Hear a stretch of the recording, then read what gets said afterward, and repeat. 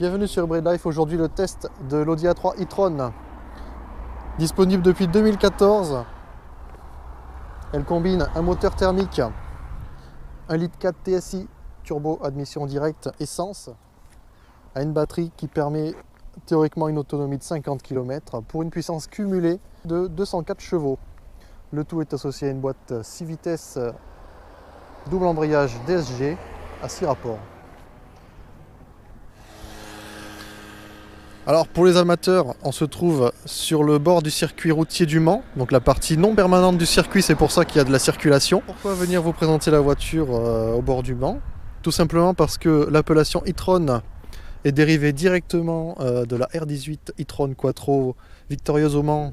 On pourrait dire que e-tron, c'est l'héritage de la voiture de course. Des petites touches sympathiques, voilà, la calandre chromée. Les feux, donc les feux sont à LED. C'est des feux full LED avec un dessin très travaillé. Voilà, on voit ici le bouclier arrière dessiné spécialement pour cette version qui ne dispose pas de sortie d'échappement, elles sont camouflées derrière. On voit ici les jantes spécifiques montées en 225 40-18 pouces, des pneus Continental Conti Sport Contact. Donc a priori c'est pas des pneus verts. Les badges e-tron qui sont sur les ailes. Et bien entendu, la prise de recharge, voilà, qui se situe dans le logo, de façon très discrète. On dispose sur cette finition du toit ouvrant. On a de belles barres de toit en alu, comme les contours de vitre en alu. Voilà, la présentation extérieure est vraiment réussie. Gros point noir de cette berline compacte, eh bien, c'est la taille du coffre. Il a fallu y loger les batteries et avec les 100 litres de perdu, on a encore ici la valise qui contient de quoi recharger la bête. Alors, avec une présentation de la planche de bord, voilà, qui est très épurée. Voilà, on a un petit volant rond au toucher extrêmement agréable. Voilà, on a la petite touche qui va bien avec le GPS.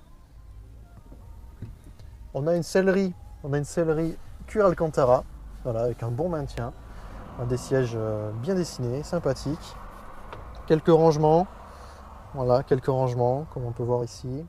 Franchement, voilà, la qualité des plastiques, on a beau lire partout que c'est extra machin, effectivement c'est très qualitatif. Même ici, voilà, le bas de la console, on a ici dessus un matériau. Je ne saurais pas vous dire exactement la texture que c'est, mais c'est très agréable au toucher. Ici, on a du plastique un peu plus nervuré. Voilà, très sympathique. Pour trouver des plastiques durs, il faut descendre, voilà. Il faut descendre dans les contreportes, vraiment au plus bas. Ici, la commande de climatisation et de chauffage. Voilà, Bison, siège chauffant.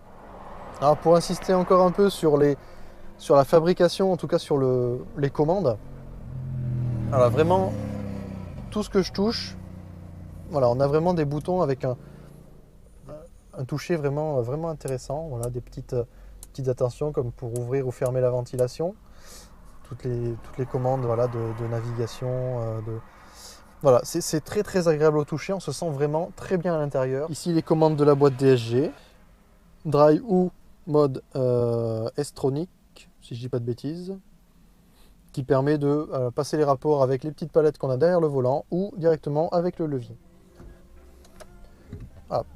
Je viens de démarrer, la voiture par défaut se met en électrique. Voilà la présentation du Drive Select.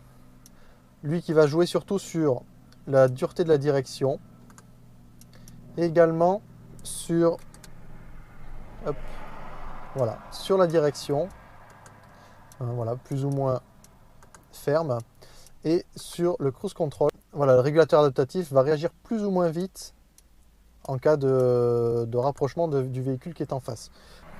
On a ici, important par contre, le mode e-tron, c'est-à-dire qu'on dispose de 4 différents modes de conduite, à savoir donc tout électrique, le mode auto, c'est-à-dire utiliser la charge batterie, donc là c'est une hybride classique, conserver la charge batterie. Donc on va rouler avec, voilà, en conservant la charge. Alors je sais pas si c'est sur le trajet que j'ai fait jusqu'à présent, j'ai conservé ma charge justement. Donc le mode hybride auto doit pouvoir jongler entre les trois autres modes.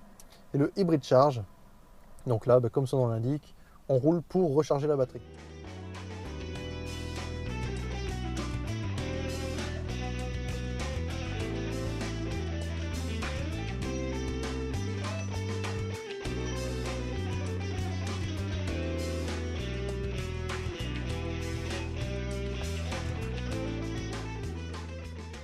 Voilà, des petites attentions comme les LED de plafonnier, les petites LED dans les portières, pied sur le frein, on appuie sur Start, hop là, on a ici le tableau de bord qui s'illumine, les feux LED qui s'allument automatiquement bien entendu.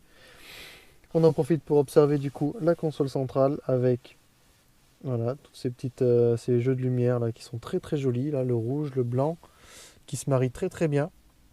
Ça me permet de voir qu'il ne me reste pas beaucoup d'autonomie en tout électrique. J'ai mis un petit peu de chauffage, d'ailleurs je ne vous ai pas montré ici, voilà, si j'allume le chauffage, la climatisation, voilà, on a ici quelque chose de joli aussi, on peut mettre les sièges chauffants, plein de choses sympathiques qui bouffent la batterie. Alors vu ce matin, après redémarrage de la 3 e-tron, donc j'ai fait une recharge sur une prise secteur classique et j'avais récupéré 43 km. Donc bon, là c'est passé à 42 parce que j'ai sorti la voiture du garage. Au niveau charge, voilà, 200 km, 42 km donc estimé. Statistiques sur mon trajet d'hier, voilà.